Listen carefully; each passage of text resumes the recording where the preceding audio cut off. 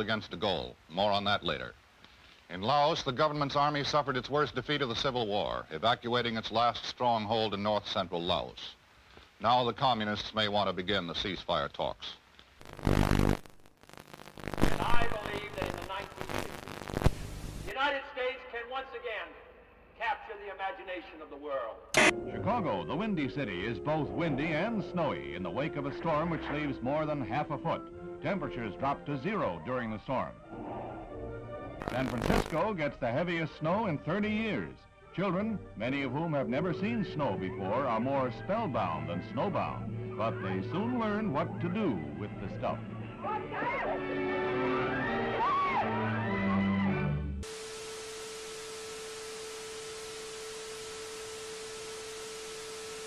I, John Fitzgerald Kennedy, do solemnly swear that you will faithfully execute the office of President of the United States. that I will faithfully execute the office of President of the United States And will, to the best of your ability, and will, to the best of my ability, preserve, protect, and defend the Constitution of the United States. preserve, protect, and defend the Constitution of the United States. So help me God.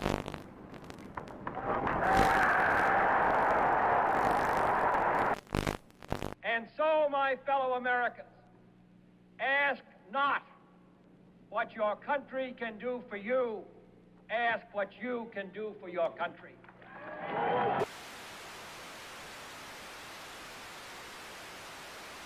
British Prime Minister Harold Macmillan arrives in Key West, Florida for a conference with the President on the explosive crisis in Laos. They jointly declare determination to prevent the Southeast Asian kingdom from being taken over by communist-supported rebels. Also discussed is Britain's ceasefire proposal to Moscow. Gromyko, is the Soviet Union willing to agree to a ceasefire in Laos? We touched in conversation this subject. I have nothing to say publicly at this moment. The look for 61 will recall the Jazz Age, and where Paris leads, the rest of the fashion world is likely to follow. Here was a new symbol of communist ruthlessness. Overnight, East Berlin became a concentration camp, sealing in the inhabitants of that sector. Barbed wire and cement were the answers to the refugee problem. Khrushchev repeats his threat to sign a separate peace treaty with East Germany, which he claims, wrongly, and rights in Berlin. Served with an order by East German authorities that all U.S. personnel must show identification before entering that section of Berlin, American troops answer with the only language the Reds seem to understand, a show of arms. Castro marks the second anniversary of his revolution with the biggest military parade ever staged in Cuba, featuring tanks and other heavy weapons from Russia and Red Czechoslovakia. Shortly afterwards, Castro demanded the United States Embassy drastically reduce its staff to 11 persons. It was the last straw in his long campaign of provocation and harassment. I believe that this nation should commit itself to achieving the goal Before this decade is out, of landing a man on the moon and returning him safely to the Earth. No single space project in this period will be more impressive to mankind or more important for the long-range exploration of space, and none will be so difficult or expensive to accomplish. The assault has begun on the dictatorship of Fidel Castro. Cuban Army pilots opened the first phase of organized revolt with bombing raids on 3 military bases. In Havana, Acting Foreign Minister Olivares shows diplomats rockets fired from the Cuban raiders, which he claims have U.S. marking. These charges are totally false, and I deny them categorically. The United States has committed no aggression against Cuba, and no offensive has been launched from Florida or from any other part of the United States.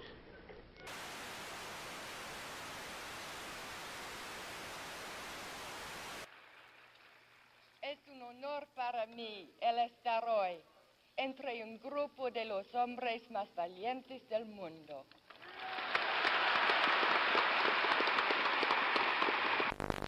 Castro gloated over his victory and told the world that Cuba was now a socialist nation and would hold no more elections. The next day, the United States officially proclaimed Cuba to be a communist satellite state. Man had his first great success in space when the Russians pushed a man across the threshold. He was Yuri Gagarin, the astronaut the Russians lionized as the first to orbit the Earth. It was the propaganda coup of the year. Today, this Redstone Mercury is the center of world attention as Lieutenant Commander Shepard walks to the elevator that will carry him 65 feet aloft to the capsule. It's 6:20 a.m., a moment of history. 3, 2, 1, 0.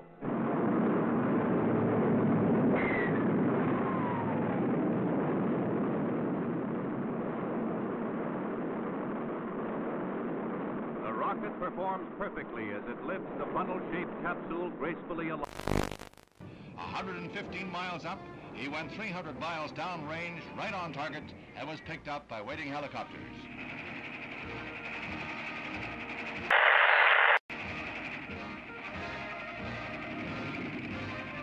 The triumph of Alan B. Shepard, U.S. space pioneer. As the captain prepared to load the capsule, explosive bolts on the escape hatch let go, and the Mercury is lost. However, the moon gets closer.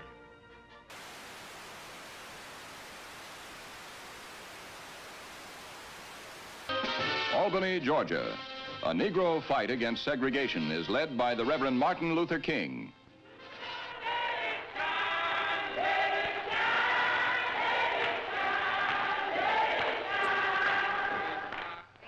And if necessary, we must be willing to fill up the jails all over the state of Georgia. Солнце. Шар превращается в колоссальный светящийся купол. Яркое свечение еще продолжается. В этом опыте оно длится необычайно долго. Страшной силы напутствует приходу ударной волны.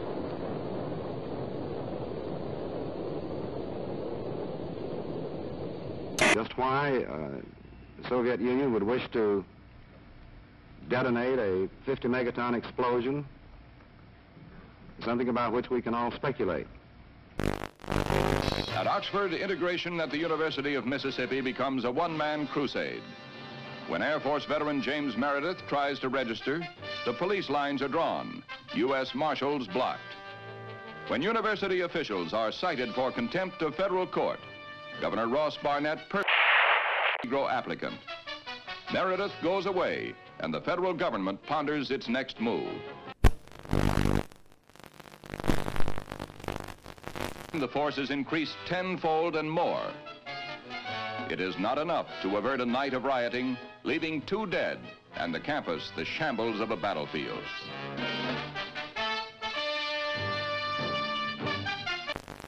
"75 students and other rioters are arrested. Among those seized, former Major General Edwin Walker, who is charged with insurrection. And James Meredith becomes a duly registered student at the University of Mississippi." Sir, there's been a great deal of turmoil and conflict. 2 people have been killed. Do you have any feelings of guilt? Have you given it any second thoughts?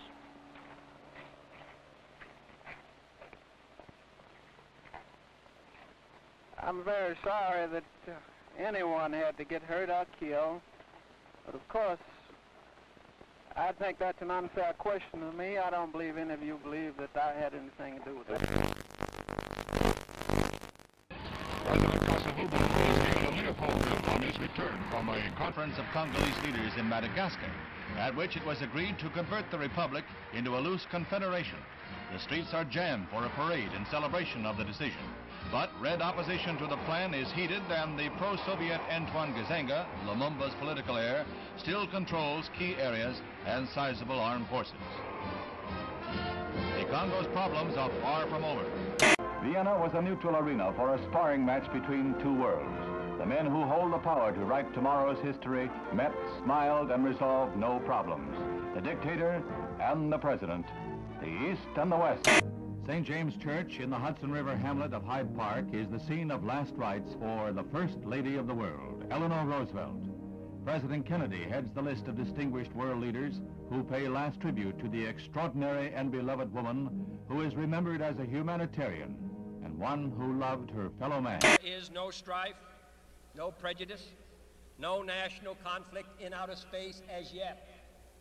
Its hazards are hostile to us all. Its conquest deserves the best of all mankind, and its opportunity for peaceful cooperation may never come again. But why, some say, the moon? Why choose this as our goal? And they may well ask, why climb the highest mountain?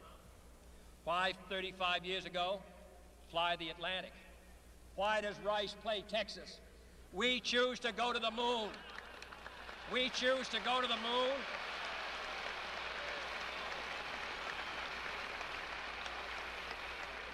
We choose to go to the moon in this decade and do the other things, not because they are easy, but because that goal will serve to organize and measure the best of our energies and skills, because that challenge is one that we're willing to accept, one we are unwilling to postpone, and one we intend to win, and the others too. From the Cold War, the ground forces of NATO have been alert against the military threat of the communist bloc. Now, Honest John missiles add to NATO's striking power.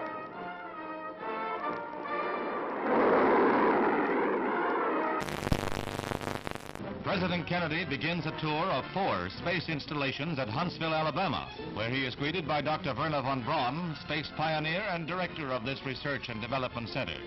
The missiles on display are dwarfed by the mighty Saturn rocket. This booster is the first stage of the rocket that will put the 3-man Apollo capsule into a 2-week orbit of the Earth in 1964. Preliminary to a lunar shoot. Gemini, which was developed here, will allow 2 men to orbit the Earth for 2 weeks and will be used for experiments in outer space rendezvous and docking missions. This winds up the President's first-hand look at our space program and our progress in the race for space. The first deficit comes from a recession. If we can take the proper action in the proper time, this can be the most important step we could take to prevent another recession. That is the right kind of a tax cut, both for your family budget and the national budget. Chiang Kai-shek, leader of the peoples of Free China on the island of Taiwan, heads the celebration of the 50th anniversary of the overthrow of the Manchu dynasty. 11 million Chinese, strong with their dream of someday wresting their homeland from the communists, are marking the day that saw the end of 4,000 years of monarchy in China. Khrushchev declared, through the formation of the world system of socialism, the situation in the world has altered radically. At present, it is not circles whom. On December 2nd, 1961, Castro reveals, I am a Marxist-Leninist and will be one until the day I die. Socialism is a world reality today. There is no halfway between socialism and imperialism. This government, as promised, has maintained the closest surveillance of the Soviet military buildup on the island of Cuba. To halt this offensive buildup, a strict quarantine on all offensive military equipment under shipment to Cuba is being initiated. All ships of any kind bound for Cuba, from whatever nation or port, will, if found to contain cargoes of offensive weapons, be turned back. It shall be the policy of this nation to regard any nuclear missile launched from Cuba against any nation in the Western Hemisphere as an attack by the Soviet Union on the United States, requiring a full retaliatory response upon the Soviet Union. Communism's adventure in Cuba is a sophisticated one. Political, psychological, subversive, with paramilitary features. Can a democratic society, wherein the right to know and the value of knowing are basic, can a democratic society wage successful political, psychological, subversive warfare against communism? Leather is falling into step in the fall fashion parade. Finished in an explosion of rainbow colors, leather has been styled into smocks and sheath-top skirts like this eye-stopping pair. Just the thing for a day's outing at Sterling Forest Gardens in New York. In Trafalgar Square, 2,000 Londoners demonstrate against the United States blockade. Fidel Castro whips up a furor in Cuba, charging the United States with arming and training mercenary forces for an imminent invasion. He calls out some 200,000 militiamen for training and guard duty at key points throughout Havana.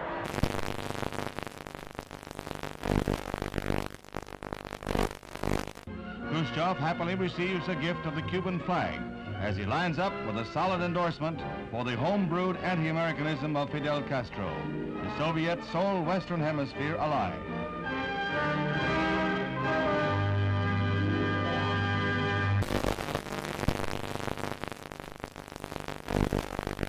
As he arrives back in Washington, the president hears more bad news. China has just invaded India. Is this part of a two-pronged communist assault? Now the president must weigh all the factors one final time, then make his decision, knowing that whatever he does, he risks nuclear war.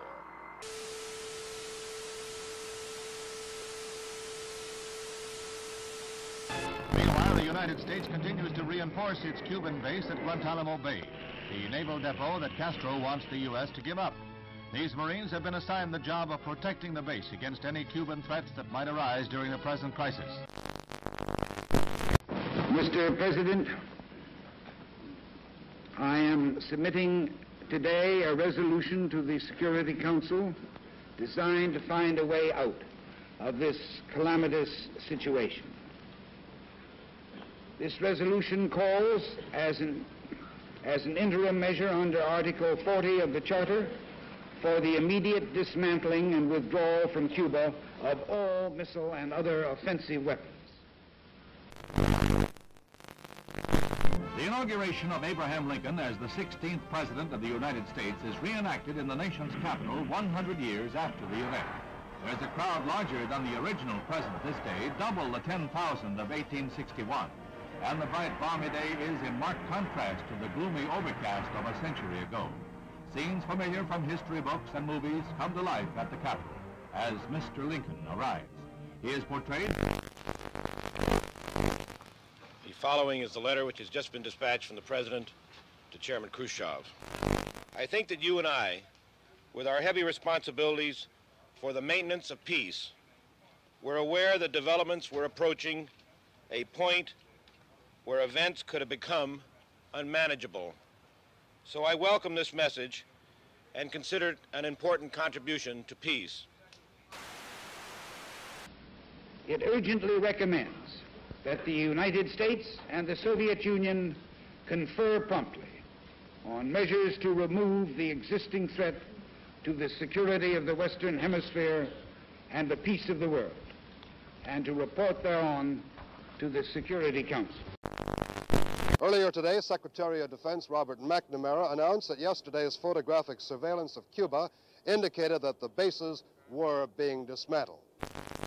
But with increased United States aid and instruction, Vietnam soldiers learned to fight back against the communist Viet Cong. Helicopters become a crucial weapon against guerrillas who strike, then disappear will-o'-the-wisp in marshes. Southeast Asia and Berlin are not the only hazard areas in the orchestrated struggle of the Cold War.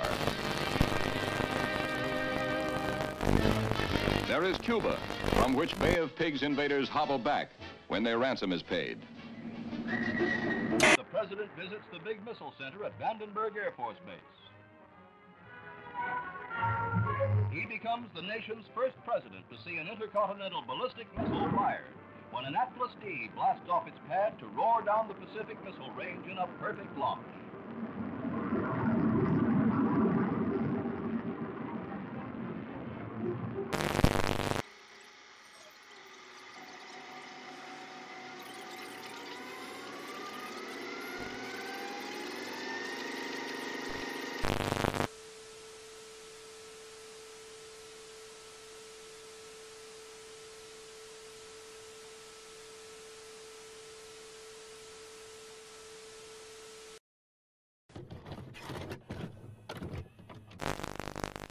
French army has seized Algeria in its revolt against de Gaulle. More on that later.